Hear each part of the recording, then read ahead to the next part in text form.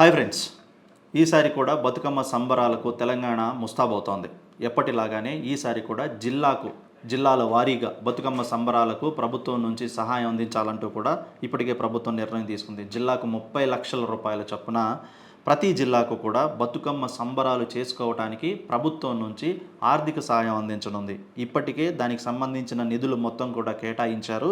ఈ నెల 21న వరంగల్ 1000 స్తంభాల గుడిలో జరగనున్న సంబరాలతో వేడుకలు మొదలు కాబోతున్నాయి. గిన్నీస్ రికార్డే లక్ష్యంగా 28న ఎల్బీ స్టేడియంలో దాదాపు 10,000 మంది ఆడపడుచులతో బతుకమ్మ ఆడనున్నట్లుగా కూడా ప్రభుత్వం నిర్ణయించింది. అలాగే ట్యాంక్ బండ్ వద్ద ఈ నెల 30వ తారీఖున జరిగే వేడుకలతో సంబరాలు ముగినున్నాయి. మొత్తానికి ఈ సంవత్సరం కూడా తెలంగాణ మొత్తం బతుకమ్మ సంబరాలకు రెడీ అవుతోంది. ప్రభుత్వం నుండి వచ్చే ఆర్థిక సాయంతో పాటు ఈసారి గిన్నీస్ రికార్డు సాధించాలనే లక్ష్యంగా ప్రభుత్వం బతుకమ్మ సంబరాలకు అన్ని ఏర్పాట్లు చేస్తోంది.